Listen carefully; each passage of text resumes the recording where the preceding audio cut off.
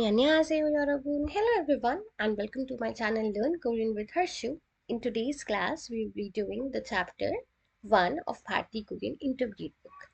So, आज की class में हम लोग स्टार्ट करेंगे चैप्टर नंबर 1 विच इज को इन कोरियन. तो अगेन ये भी एक ग्रामर पैटर्न का नाम है. जैसे इस बुक में हर चैप्टर एक ग्रामर पैटर्न के नाम के ऊपर बेस्ड है.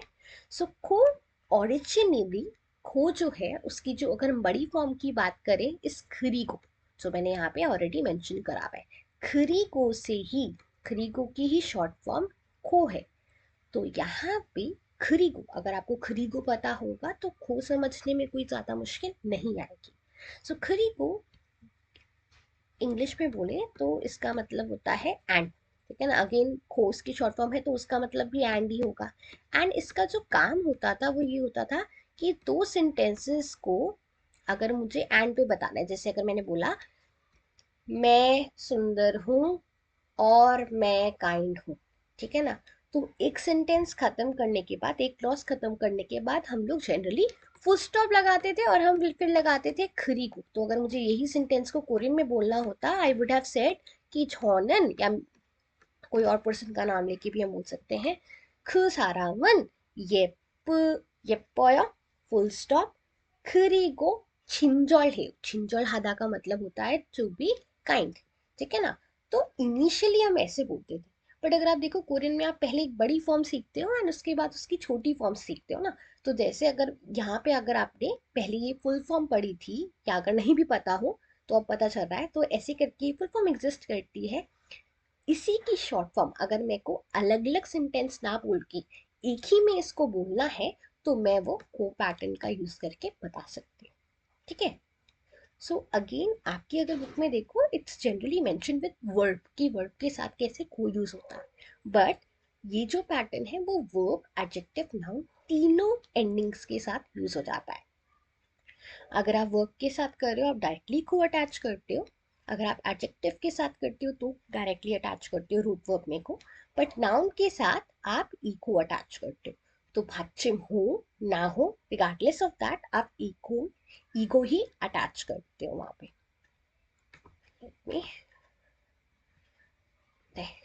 As you can see the examples over here. अगर मेरे को ये वाला बोलना था छौनिन खुंगबू है, फुल स्टॉप खरीगो नो नो, मैं पढ़ती हूँ और तो और एक्सरसाइज करती हूँ. तो इनको अलग अलग सेंटेंस में बोलने से बेटर मैं एक सेंटेंस भी कर सकती थी. तो उसी को करने के लिए हम खो अटैच कर रहे हैं. छौनन खुंगवू हागो उन्नोंगल हियो, मैं एक्सरसाइज करती हूँ, मैं पढ़ाई करती हूँ और एक्सरसाइज करती हूँ, सिंपली एज दैट. ठीक है.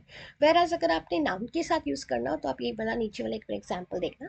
저는 학생이고 선생님이에요, मैं स्टूडेंट भी हूँ और मैं टीचर भी हूँ. ठीक है. एंड को बताने के लिए बीच में हक्सिंग के साथ ई को अटैच कर दिया. अगर यहाँ पे अगेन मुझे बताना होता कि ईसा या फिर कोई और जहाँ पे पश्चिम नहीं आता तभी भी मैं ई को ही अटैच करती. वेराज अगर आपने एडजेक्टिव के केस में इसे जोड़ना हो तो आप क्या करोगे, जैसे यहाँ पे मैंने लिखा था मिनी शीनन येप्पुगो छिंजल है, यहाँ पे छिंजल हादा का मतलब काइंड होता है ना. तो मिनीशी सुंदर है और तो और काइंड भी है. तो ऐसे करके आप डायरेक्टली को अटैच कर सकते हो. And there is one more example for verb in this case as you can see. ठीक है. तो नीचे जो एग्जांपल है, छौनिन छेगल को उन्नोंगलियो, मैं पढ़ाई करती हूँ और एक्सरसाइज करती हूँ. Again there would be places जब आप देखोगे खो यूज हुआ है एंड खो वहां पे सीक्वेंस वाले एक्शन बता रहे. सीक्वेंस वाले एक्शन मतलब मैंने बोला कि मैं ब्रश करने के बाद खाना खाती हूँ तो वो एक सीक्वेंस वाला एक्शन है. बट वहां पे भी आप देखोगे कि खो यूज करा है. वहां पे खो का मतलब एंड नहीं होता, वहां पे कोई और पैटर्न का शॉर्ट फॉर्म लगाया. तो कंफ्यूज नहीं होना. अभी के लिए आप सिर्फ इतना जान लो कि एंड के लिए हम लोग को यूज करते हैं जो कि खरीको का शॉर्ट फॉर्म है. ठीक है. That would be clear. अभी तक इतना क्लियर हो जाना चाहिए था. ठीक है. And let us see the sentence practice here. ठीक है. 운동을 하고 책을 읽어요. एक्सरसाइज करती हूँ और किताब पढ़ती हूँ. 바람이 불고 비가 와요. जो विंड है वो ब्लू करती है और बारिश होती है.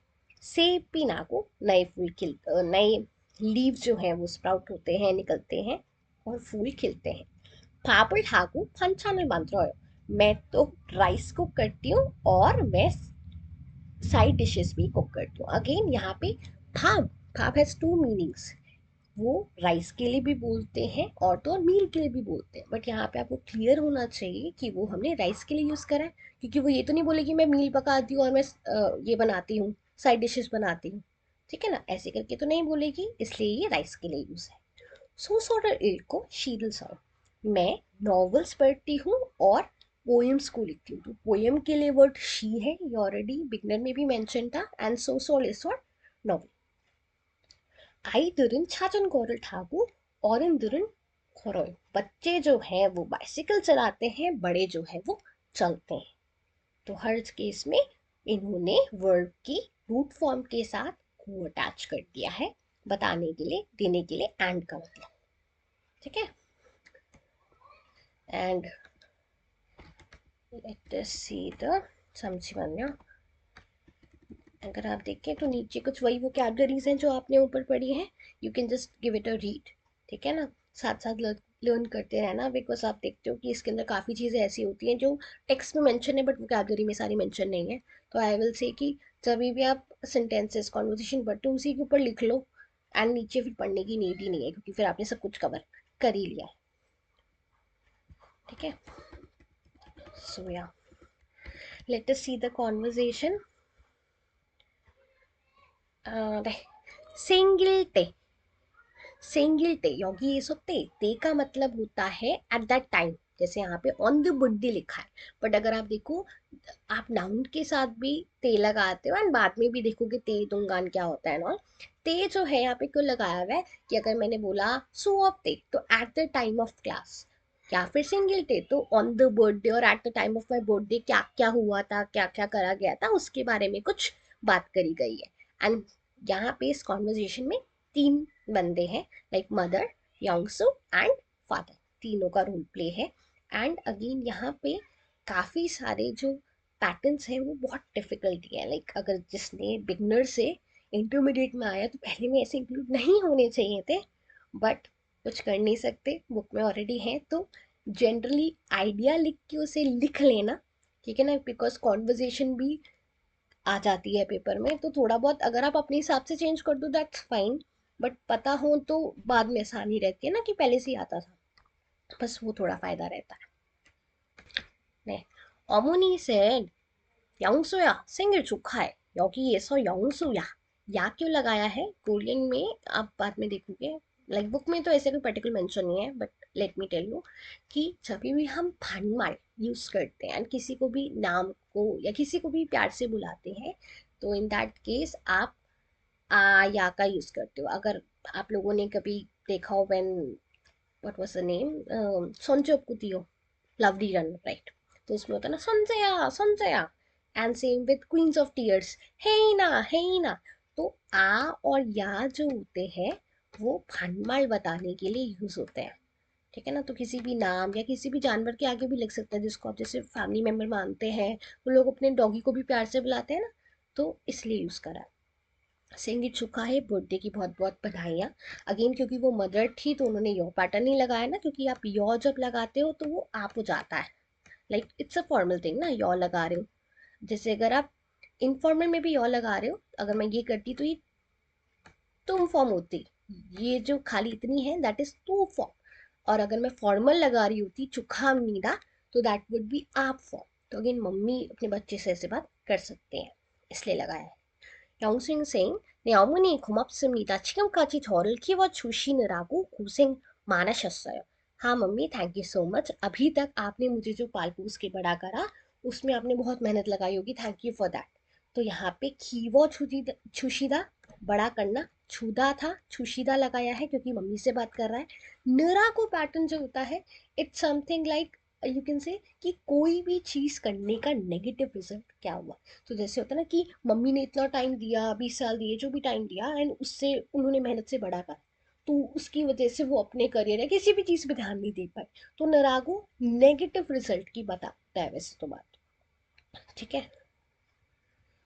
또 어머니 보기에 자, 미역국 시겠구나. 빨리 아침 식사하고 학교 가야지.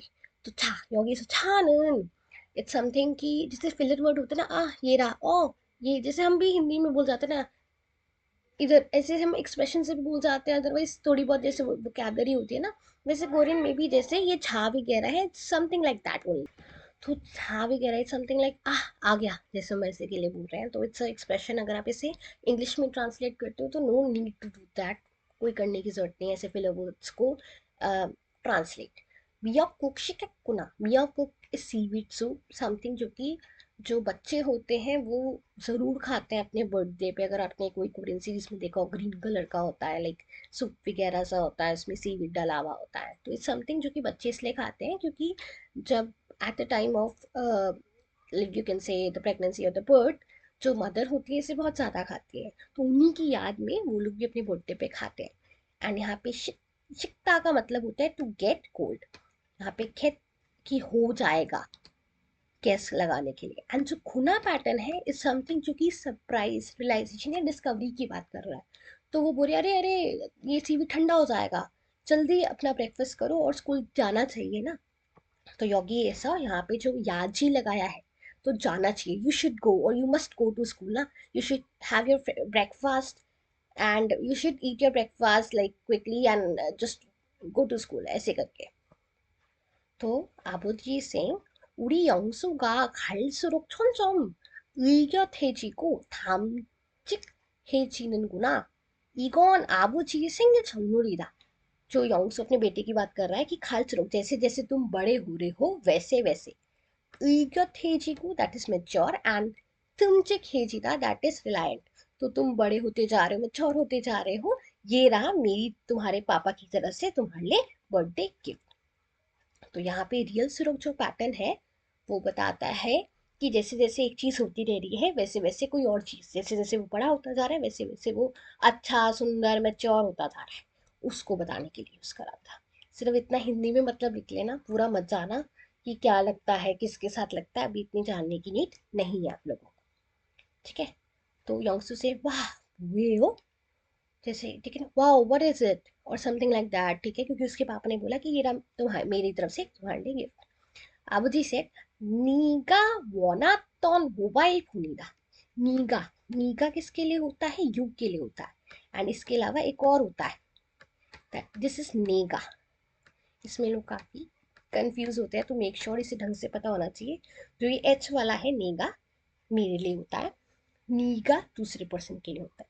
तो तुम्हार, तुम्हें, वॉनहादा, अगर मैं इसे तौन को हटा दूं, वॉनहादा जो है उसका मतलब होता है चाहना। तो तुम्हारा जो तुम फोन चाहते थे ये वो वाला फोन है, ठीक है, दिस इज समथिंग जो कि आप चाहते थे। तौन यहाँ पे किस लिए लगाया, अगेन ना डिफरेंट ग्रामर पैटर्न, जो कि अभी के लिए इतना जान लो। जैसे तो जो होता है अपने आप में रिकॉल करने के लिए होता है, एंड नियन यहाँ पे एक मॉडिफायर लगाता है। एंड मतलब यू कैन जस्ट से कि जो तुम चाहते थे, क्योंकि हो सकता है आजकल के बच्चों को जैसे आईफोन चाहिए होता है तो बार बार बोलता है मम्मी आईफोन मम्मी आईफोन। तो वहां पे भी उसने काफी बार वो चीज बोली होगी, उसी को रिकॉल करते हुए उसके पापा ने बोला कि अरे ये वो फोन है जो तुम चाहते थे। 영수이 saying, 아버지, 고맙습니다. Thank you so much, father, or thank you so much, papa. 어머니, 오늘 네 생일인데 집에 일찍 들어올 거지? आज तेरा बर्थडे है, इसलिए तू घर पे जल्दी आएगा ना? You will be coming early, right? 또 영수이 saying, 어머니, 오늘 친구들과 약속이 있어서 좀 늦을 것 같아요. ठीक है मम्मी, आज दोस्तों के साथ, ठीक है ना, with my friends, मेरा प्लान है याक्सुकिस प्लान, इसलिए थोड़ा सा लेट हो जाऊंगा ऐसा लगता है। तो रियल कट कट थायोइड्स ऐसा लगता है, it seems like I will be a bit late, ठीक है ना, ये भी पैटर्न है। देन 어머니 से 그래 오늘 하루 재미있게 놀다 오너라, ठीक है, चल ऐसा है तो आज जो तू अच्छे से घूम फिर के आ, ठीक है ना। Youngsu said, "खुमाप्समीदा ओमनी, thank you so much for this gift for the wishes and all", ठीक है ना, उसके लिए थैंक यू बोलता है वो। After that you will see again वही वोकैबुलरी सेम है, आप लोग इसे गो थ्रू कर सकते हो। In today's video we will be doing it till here, जहाँ पे आपने conversation and sentence practice grammar pattern देखा।